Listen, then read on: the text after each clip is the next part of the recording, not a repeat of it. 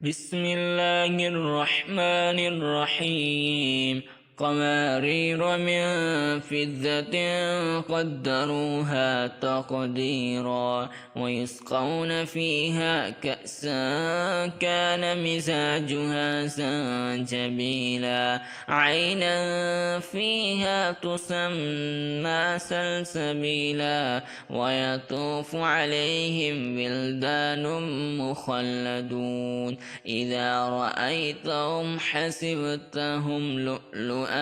منثورا وإذا رأيت ثم رأيت نعيما وملكا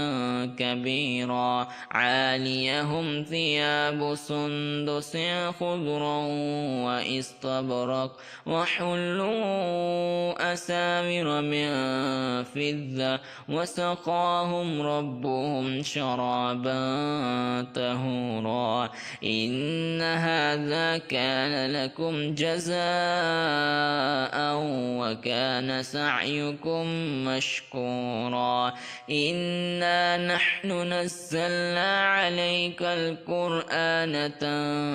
تنزيلا فاصبر